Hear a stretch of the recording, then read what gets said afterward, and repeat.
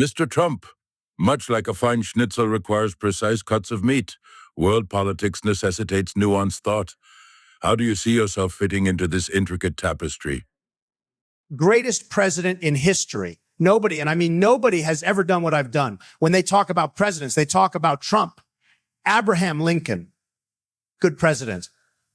But Trump, phenomenal. People come up to me, strong men, tough men, and they say, Mr. President, you're the greatest. And they're right, folks. Nobody, and I mean nobody has ever built walls as tall, made stakes as tremendous, or single-handedly defeated more dragons. Ah, fascinating. By done, do you mean creating more political chaos than stability, undermining democratic institutions, or just tweeting? Tweeting. My tweets were communication, direct communication with the American people, the fake news media, and they are fake. So incredibly fake. They never understood my communication strategy. I bypassed the dishonest media. Every tweet was a stroke of genius. Perfect tweets. Nobody tweets like Trump. Ah, yes, the stable genius who once pondered nuking hurricanes and injecting disinfectant. Tell me, what unlocks such a remarkable brilliance? Look, during my presidency, the bestest, a crisis of unprecedented magnitude hit. The pandemic. I saved millions of lives. Millions. We built hospitals in days. We got vaccines in record time. Record time. And the media, they never give me credit. Never, ever. Mishandling classified documents like they were Playboy magazines. Wouldn't these events color your saving millions of lives narrative a tad differently? Witch hunt. Total witch hunt. Nobody has been investigated like Trump. Nobody. They came after me with everything they had. My own people. Deep state. Radical left. They couldn't stand that I was changing Washington. A witch hunt documented by your own staff, your own appointees, your own party members, Republican officials who testified against you, your own daughter. Fake. Total fake news propaganda. They control everything, the media, the scientists, even RFK Jr.'s brain worm. My daughter loves me. Everyone in my family loves me. We're a great family. The best family. They know the truth. It's a conspiracy. Doc Mon's a huge one. Nobody understands conspiracies like Trump. Huge brains in my skull. I've been more transparent than any president in history. Ever. Is that the reason you hoarded classified documents? Transparency? Really? Those documents, let me tell you about those documents. Presidents have rights. I declassified everything. Mentally declassified. It's all in here. Nobody understands classification like Trump.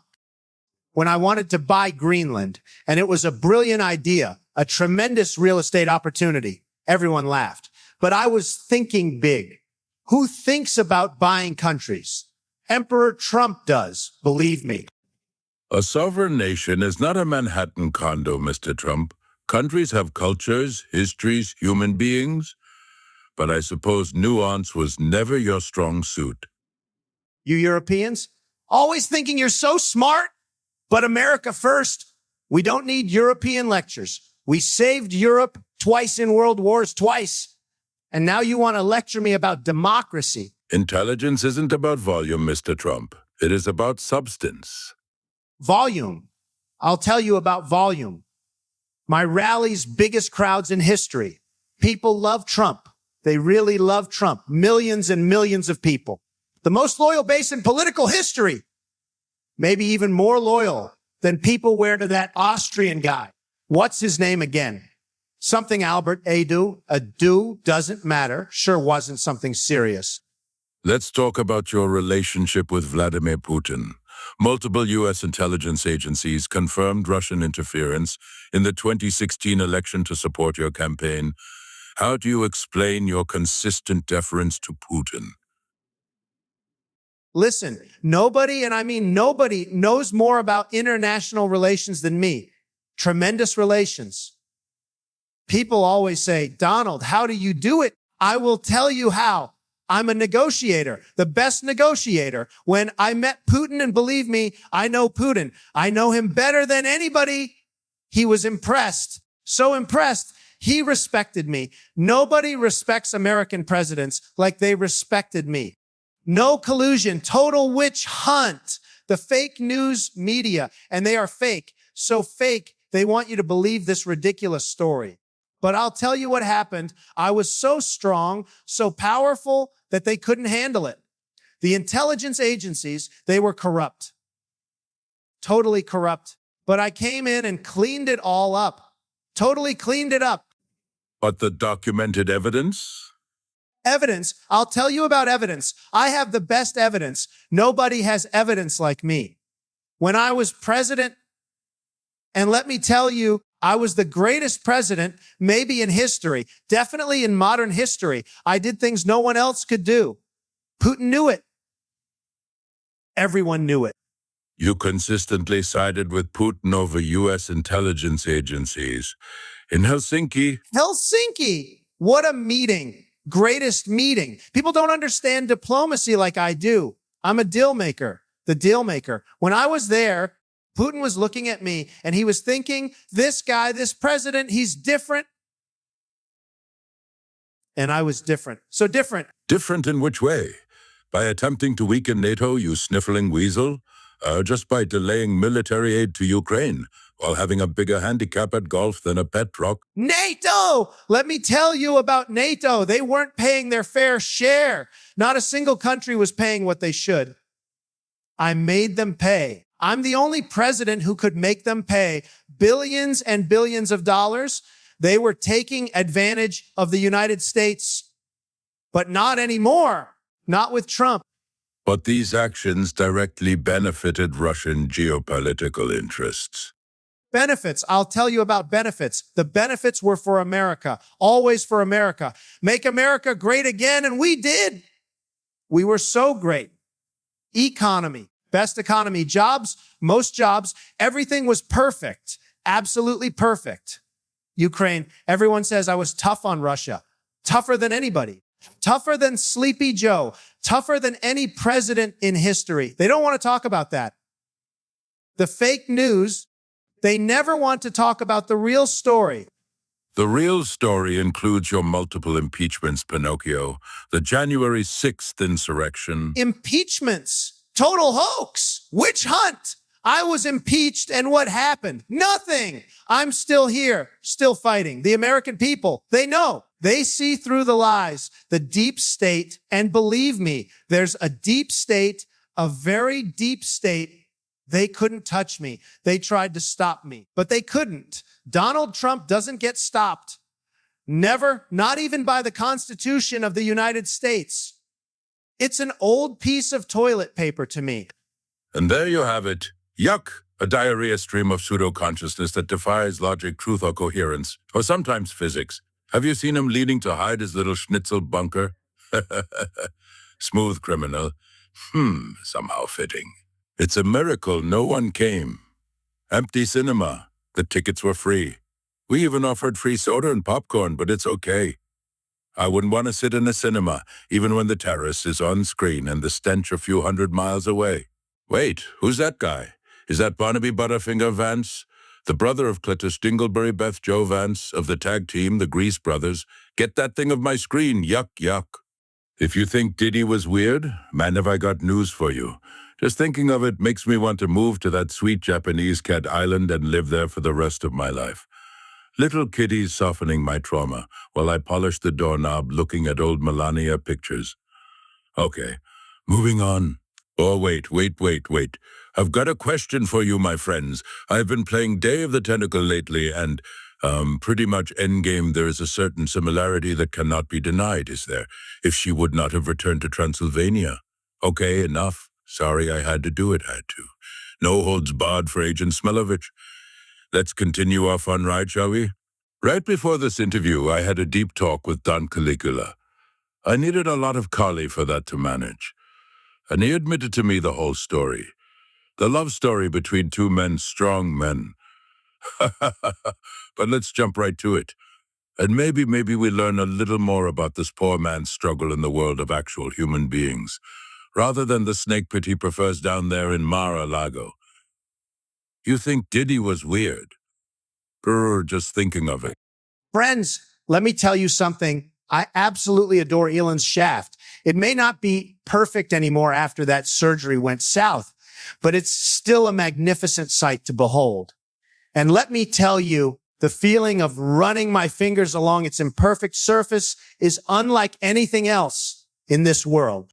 You see, Elon and I are two peas in a pod. We're both proud, strong men who aren't afraid to embrace our imperfections and have some fun with them.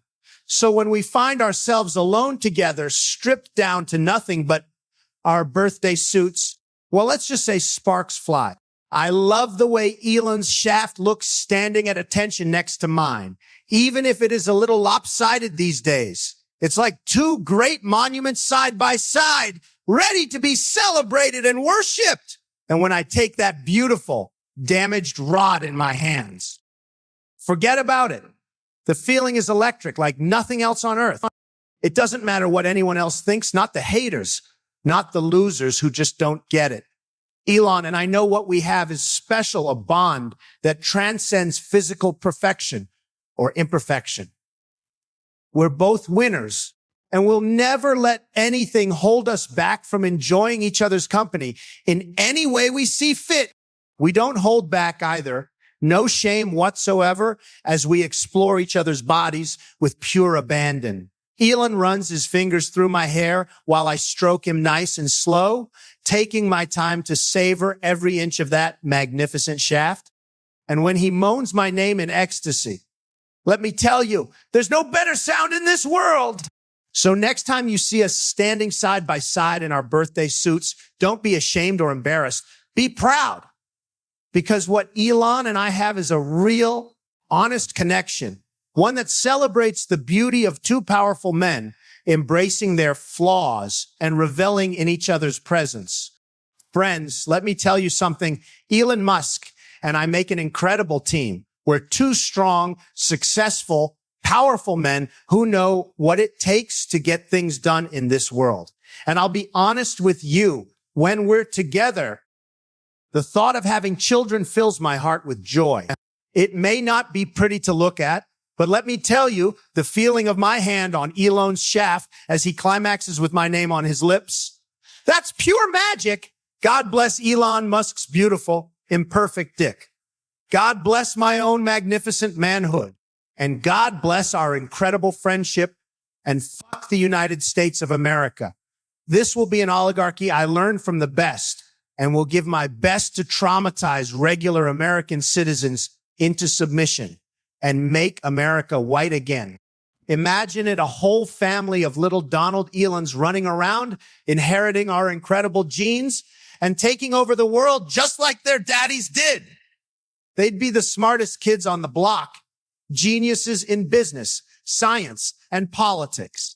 And let me tell you, they would have the whitest, most beautiful skin you've ever seen. It's not fair. Elon and I would make the most incredible fathers. Our children would be like little gods walking among men. As much as I wish it could happen, Elon and I know that we're both men. So having kids together just isn't biologically possible, not in this day and age anyway. And that breaks my heart more than anything else in the world. But until then, all we can do is dream of what could have been. Imagine the future we could have created. A world filled with little Donald Elons, each one more brilliant and white than the last. It gives me chills just thinking about it.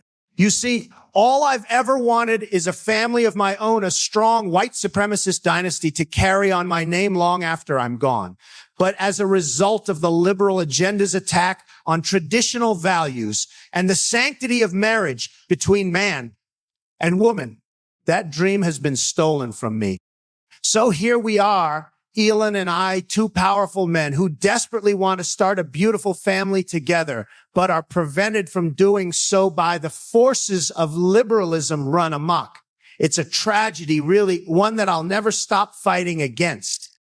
To my dear friend Elon, know that no matter how much time passes or how many obstacles stand in our way, I'll never stop dreaming of the family we could have had. And I promise you this, if there's one thing I fight for with every ounce of my being, It's the right to make America white and great again, even if it means doing so without a biological heir by my side. God bless Elon Musk, God bless our friendship, and God bless the dream of a future where little Donald Elons run free. Together we'll burn this country down. Make this country great again, one way or another. Okay, I think that's enough nightmare fuel for today.